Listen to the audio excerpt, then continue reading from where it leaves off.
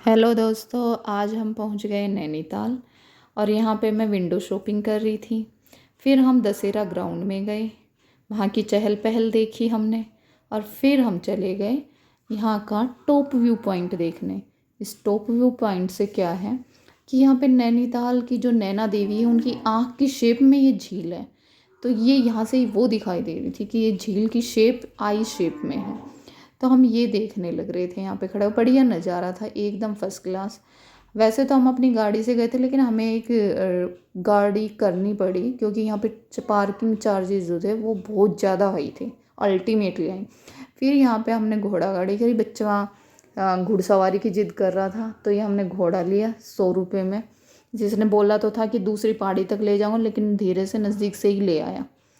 फिर हमने यहाँ से उतरने के बाद में कि वो हमारे टूरिस्ट जो गाइड था, गाइड ने बोला कि यहाँ पे ये दो माउंटेन्स बिल्कुल क्लोज है, इनके बीच में से ठंडी हवा आती है।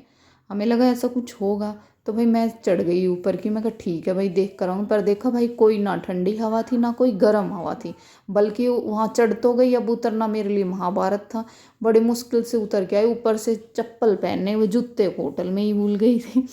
फिर हमने इसके बाद में हम गए ये नौका विहार के लिए। फिर नैनी झील के अंदर हम बैठ के आराम से नौका विहार करे। तो भाई बिल्कुल थक गए थे पूरा दिन से, वो मेरा फेस से भी अलग दिखाई दे रहा था। मैं और मेरा बेटा एक साइड, पति और बेटी एक साइड। उन्होंने तो अपना सेफ्टी पहले ही मान ली, हम दोनों ने बाद में मान ली अपनी। आराम से बैठ के व्यू एंजॉय कर रहे थे। हो तो गई थी काफ़ी सारी रात, टाइम तो लेट का ही हो गया था, पर हमारा प्रोग्राम ही अचानक बना कि चलो भाई ये सब किया जाए। फिर हम कुछ खाया पिया, उसके बाद हम पहुंच गए नैनीताल का दशहरा देखने, दशहरा ग्राउंड में।